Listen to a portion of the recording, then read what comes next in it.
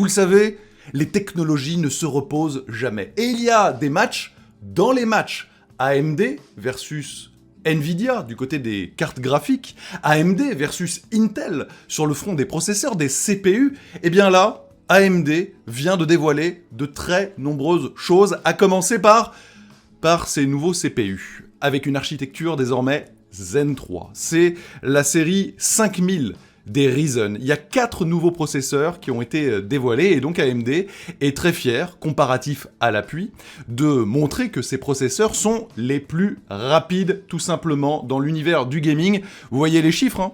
Ils sont quand même assez éloquents lorsqu'ils sont comparés. Comme ça, ils parlent en fait d'un gain de près de 20% d'une génération à l'autre, globalement, mais après ça va dépendre évidemment des jeux. Alors, ces 4 processeurs Ryzen série 5000.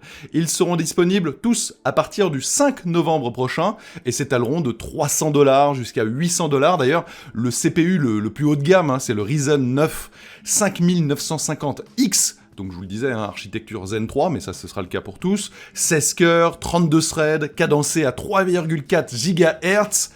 Ouais, c'est quand même clairement du lourd. Et ça c'était pour la partie CPU, mais vous le savez, le 28 octobre prochain, d'ici quelques jours, AMD doit dévoiler aussi sa nouvelle carte graphique, son GPU. Je rappelle d'ailleurs, au passage, puisqu'on parle de GPU, etc., que c'est AMD qui réalise un petit peu la partie technologique et de la PS5, et de la Xbox Series X et S. Eh bien, en fait, ils nous ont donné un petit aperçu. Oui, petit aperçu hier soir, avec la boss de AMD, avec la nouvelle carte Radeon, surnommée un peu par les fans, et d'ailleurs elle l'a repris avec amusement, Big Navy. Voilà, alors elle est assez balèze, ils ont montré juste quelques images.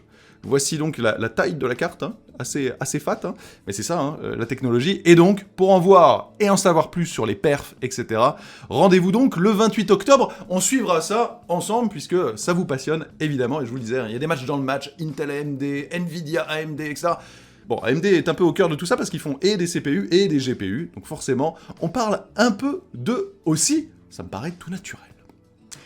Et vous me direz d'ailleurs, si vous avez envie de renouveler un petit peu vos processeurs, etc. À vous de jouer.